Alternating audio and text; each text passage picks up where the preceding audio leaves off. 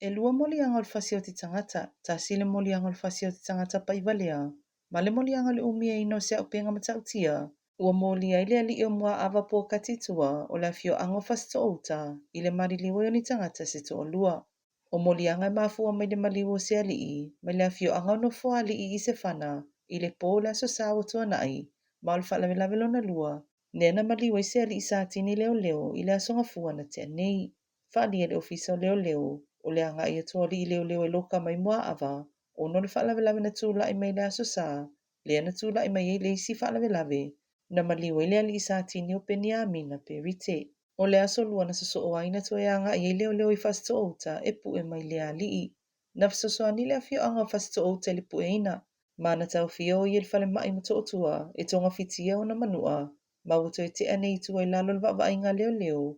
E whaata li le aso lua se fulu ono au kuso e tula i eilu mo le whamasinonga. Talu le maliwo le ali i leo leo.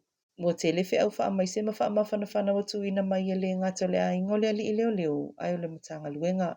Ma wai ei fuise no fuanga whapito ai lumo le ofisa au tua leo leo ia pia, o loo whapipi ia ia tau le ali iwa maliu, ma watu ina ia i te ufunga la awele atunu ulau tele, whapea i maave mano fuanga o pesipesenga le matanga luenga o leo leo, e walo whailo la tau uso male tuanga ne whaalanga luenga, wa maliu au whaatino o na tiute malana tau tua.